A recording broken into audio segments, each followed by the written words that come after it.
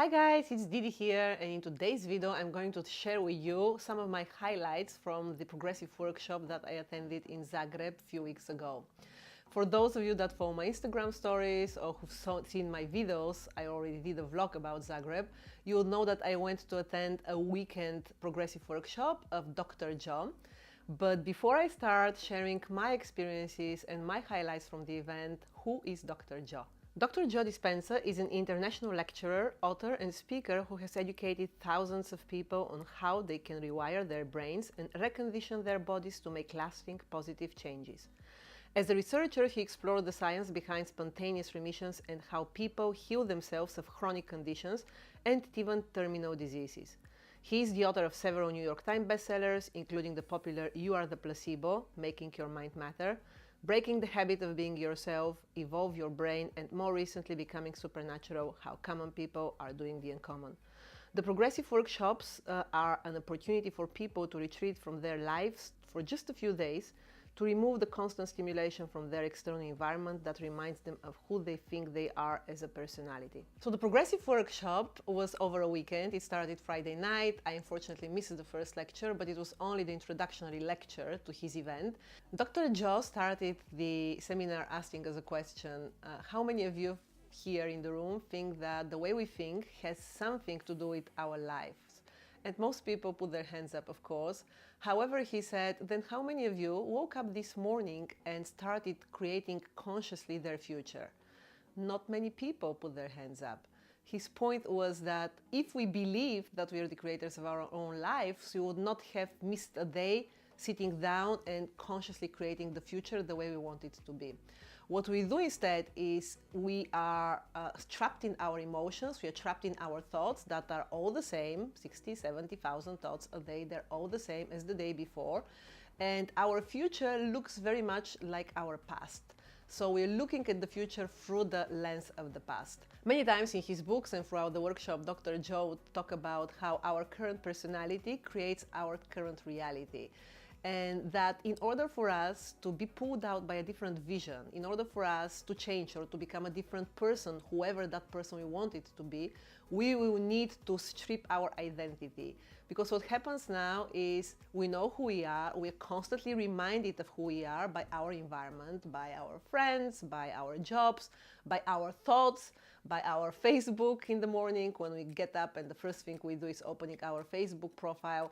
We just remind ourselves who we are. And it's really hard from knowing constantly who we are to create a different personality, let's put it that way. And he says it's really important for us to be pulled out by the vision of the future. So what do we mean by that? It means that if you're not happy where you are, and if there are different things that you want to bring in your future, you will have to sit down, meditate, and consciously forget who you are at this moment, who you are as a person. You are no one in no time, and you have to bring out all the future elements of the future that you want to build. So if you want to, let's say, become a great leader, and you have to sit down and think how a great leader would walk, what the great leader would say, how a great leader will react to certain problems. So when you sit down and think about these things, what will happen will be you'll start firing and wiring different circuits in the brain, but they are not there to stay permanently unless you start doing this exercise every single day. Every single day you have to start wiring and firing the same circuits so that they become more permanent. What would happen though would be, if you don't strip out your identity at the time, would be you'd have already circuits in your brain that's been there for a long time, and different thoughts that would come out and say, oh, but you're actually not a leader, or you're a failure, oh, you remember last time when you did that, what sort of a failure you were, oh, but actually you can never be that because you don't even speak properly. So there are lots of these thoughts that would come and will create a conflict with the new thought that you have about you being someone different. So the difference between his approach and many of the other approaches in personal development or in healing or in spirituality is that he says you have to sit down and meditate in a specific way, and his meditation requires you to sit down until you make sure you have some results out of it. So if you sit down and meditate and then you get up and you're the same person who sat down, then you haven't done a good job, and then you have to sit down again and do it, because the idea of his meditation is to strip out who you are. So you're no one. You don't have identity. You're accessing the void. You're accessing the quantum field. He talks a lot about the quantum field. And the quantum field is this space beyond time and space. There are no bodies there. There's nothing there. It's just pure energy. And when you are accessing the quantum field, there are limitless opportunities that you can grab, or these opportunities can happen to you if you attract them. So the idea is, it's really hard to create a vision of you in the future for something that is so different than who you are now or who you've been in the past. So let's say if you want to be a millionaire, but you're really poor at the moment, it would be really hard for you to sit down and imagine how a millionaire would be and what would be doing, because a lot of your thoughts would bring you down in different ways. However, if you access the void and if you forget who you are at the moment when you meditate and you create this vision, then it's much easier for you to access opportunities that you haven't even thought about it, because they're just out there. Dr. Joe Dispenza talks a lot about how he's measuring different things. So for him, it's the neuroscience that he brings. He marries to his approach to spirituality. So he does lots of measurement of the brainwaves. He does measurement of the energy in the room with different tools. Every time throughout the throughout the progressive workshop, sometimes he would ask, "How do I know that?" Because I measure it. So everything he says, he's trying to back up with science, which is very different than a lot of the spiritual literature that you would read out there, where you would know that we are all vibration. It's important how we vibrate. It's important what frequency we are emitting out there. He is supporting that with science, and I think that's what differentiates him, and that's what brings a lot of people who are otherwise skeptical towards the spirituality and the mystical, and bring them to his progressive workshops. He is a great fan of mental rehearsal. So the idea is that you can change your mind by rehearsing mentally the things that you want to bring. He will give us different examples about different research that has been done, let's say for people who will be asked to practice piano playing without even touching a piano and without even lifting a finger. And then in few weeks, when the research is over, you see that they're able to play almost as good as people who in practice did practice the piano. The same thing is with changing your physical body. There are people who go and pull a string in the gym for a certain amount of time, and there are the other group of people who are asked only to imagine that they're pulling the string, so they don't have to even lift their hands and pull the string. And then in a few weeks' time, we'll see that there is very little difference between the people who did it, in fact, and people who have not lifted their hands to do it. So the idea is that your brain doesn't really differentiate between reality or what you make reality in your own head. So in order for you to be pulled out by the vision, which sounds simple, you need to change your state of being, you need to forget who you are, and you need to make a space for the unknown. Not many of you make space of the unknown. We get up, we do the same thing, we have the same breakfast, we have the same coffee, we walk to the same coffee machine, we grab a coffee from Starbucks, which is the same. We go and meet our colleagues in the office, and the minute we see them, our body remembers the emotions we have towards these people. So the minute we see them, our body reacts already, so we are defined by our environment. It is important for us, if you want to be pulled by the future, by the vision of the future, to be bigger than our environment. And how do we do that? Of course, through the meditation, of course, through commitment. We need to really decide to do it, but also we need to claim our energy back. Our energy is really important, and our energy is where we put our attention on. And currently, I remember he drew this diagram on the board where we're in the middle, and our energy in the morning goes to, not in the morning, but throughout the day, it goes to our Facebook, to our Instagram, to our kids, to our parents, to our siblings, to our bosses, to our little problems, to our bigger problems. So we give a lot of energy to things that we should not, probably, we should be much more considerate of how we want to spend it. And that doesn't leave us with enough energy to work on our inner selves. We would rather take this energy back, claim it back, create our own electromagnetic field, because that would what happened.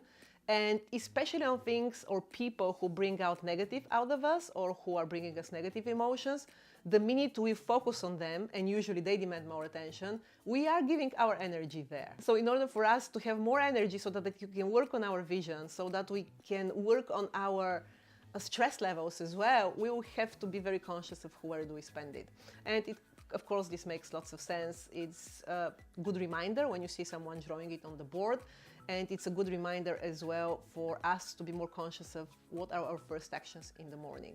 He says the minute you open your Facebook account or Instagram account, you have an immediate reinforcement of your identity. You get back into the habit of being yourself, and this is not going to help you if you want to change that. One of the reasons why it's so hard for us to be creators of our own lives is because we are often run by the hormones of stress. And he gets into details to explain to us how these hormones of stress are meant to help us, and in certain ways they're really there to help us.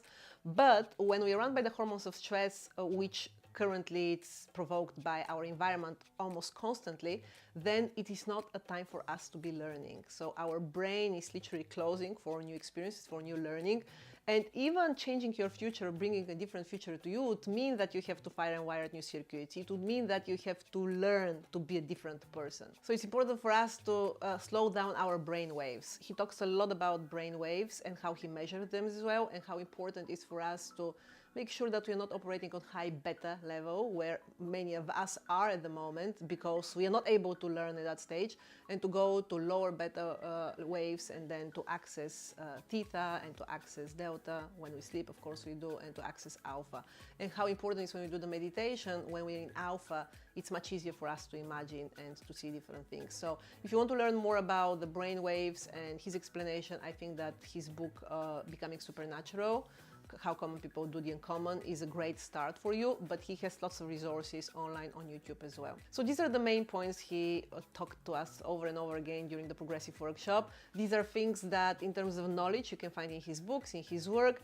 However, the difference between the progressive workshop and doing the work on your own is how he teaches you to do the meditations.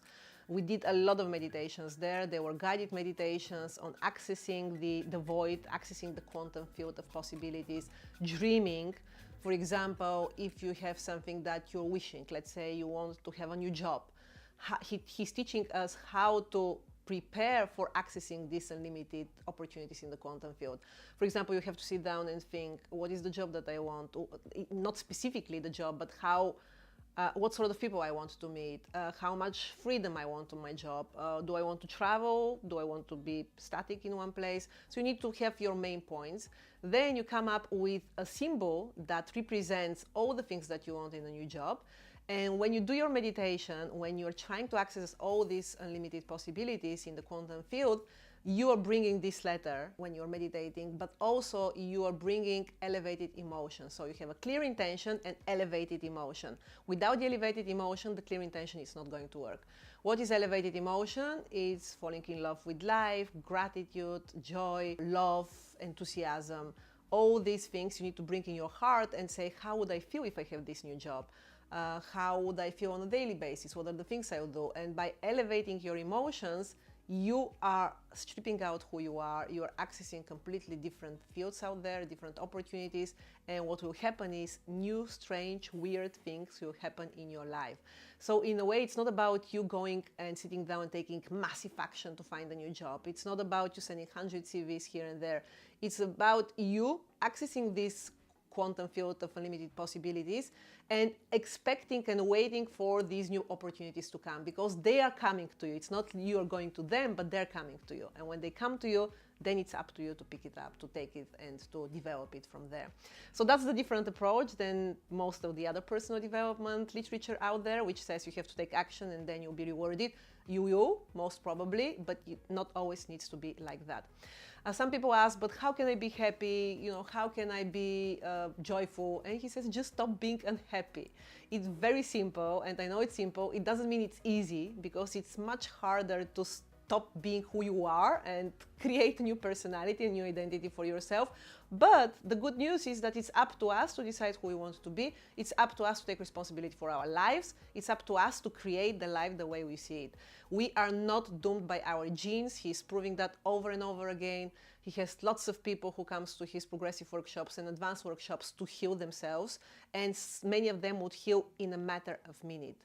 Because when you access this quantum field of opportunities, when you create your own electromagnetic field, it's not about a long process that you need to wait for. By forgetting who you are, by stepping into the unknown, which he invites us to do all the time, you are in a way leaving your autonomic nervous system to do its job, which is to bring harmony and balance. So that's all from me. This is my experience from his progressive workshop. I hope that some of the ideas that I shared are going to help you, or at least are going to make you curious about his work, and you're going to research and buy his books and find his YouTube videos. He has a lot of information out there. And I just would like to invite you to become less reactive to the environment today, to try to be more conscious about how your thoughts are shaping your current reality. Now I would love to hear from you guys. If you've been to one of his events, or if you've read his books, or if there is anything that is similar to his work that you would like to share, or anything else, please leave me a comment. I love reading your comments, and I'm hoping I'll see you next week. Bye!